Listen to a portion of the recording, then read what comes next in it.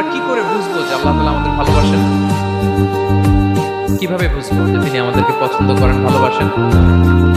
এটা বোঝার কিছু সিস্টেম আছে। এক নম্বর সিস্টেম হচ্ছে আপনি জাস্ট দেখুন যে আপনি নিজেকে কোন কাজে ব্যস্ত রেখেছেন।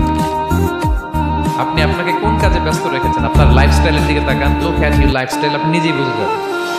আপনি যদি দেখেন যে না, আপনার ভালো ভালো কাজে আপনার ব্যস্ততা, আপনার এঙ্গেজমেন্ট ভালো লোকদের সাথে, আপনার সার্কেলটা ভেরি গুড সার্কেল, ভালো কাজে আপনার মনটা নেই, আপনি ভালো কাজ করেন, যদি আপনার কার্যক্রম এরকম হয়, তাহলে বুঝে নেবেন আল্লাহ তাআলা আপনাদেরকে ভালোবাসেন।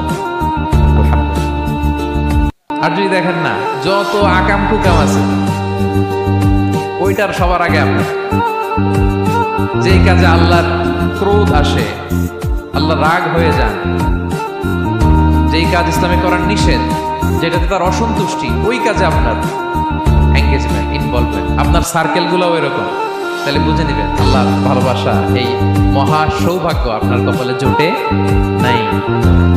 তাহলে এটা হচ্ছে একটা সিস্টেম।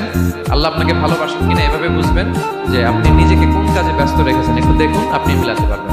2 নম্বর পদ্ধতি হচ্ছে এটা বোঝার যে তিনি আমাকে ভালোবাসেন কিনা, সেটা হচ্ছে পৃথিবীবাসী আপনাকে ভালোবাসে কিনা এটা দেখুন।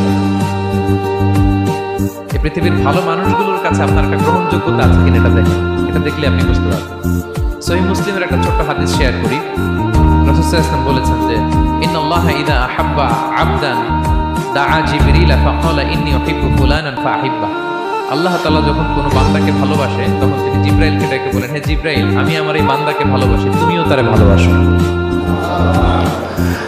ফায়ুহিব্বুহু জিবরিল, জিবরাইল আলাইহিস সালাম তারে ভালোবাসতে শুরু করে। শুধু এখানেই না, সুম্মা ইউনাদি ফিস সামা, তারপরে তিনি আকাশে একটা অ্যানাউন্সমেন্ট করেন। ফায়াকুল, তিনি বলেন যে ইন্নাল্লাহা ইউহিব্বু ফুলানান ফাআহিব্বুহু, ও আকাশবাসীরা, ও ফেরেশতারা, আল্লাহ তাআলা তার এই বান্দাকে ভালোবাসে, তোমরা সবাই তারে ভালোবাসো।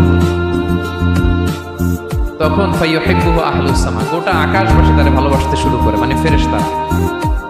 তো আল্লাহ তাআলা এবং সকল ফেরেশতারা যখন তাকে ভালোবাসতে শুরু করে, রাসূল সাল্লাল্লাহু আলাইহি ওয়াসাল্লাম বললেন সুম্মা ইউদাউ লাহুল কবুলু ফিল আরদ, তখন পৃথিবীতে তার গ্রহণযোগ্যতা বাড়িয়ে দেওয়া হয়, তার অ্যাকসেপ্টেন্স বাড়িয়ে দেওয়া হয়। সবার কাছে তার একটা গ্রহণযোগ্যতা আছে, সবাই তাকে ভালোবাসে।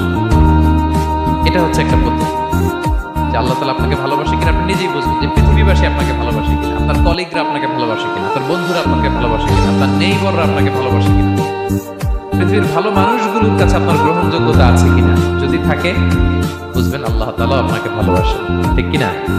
আল্লাহ তাআলা আমাদেরকে যেন ওই কাতারে শামিল করেন। আমরা পড়ি আমিন।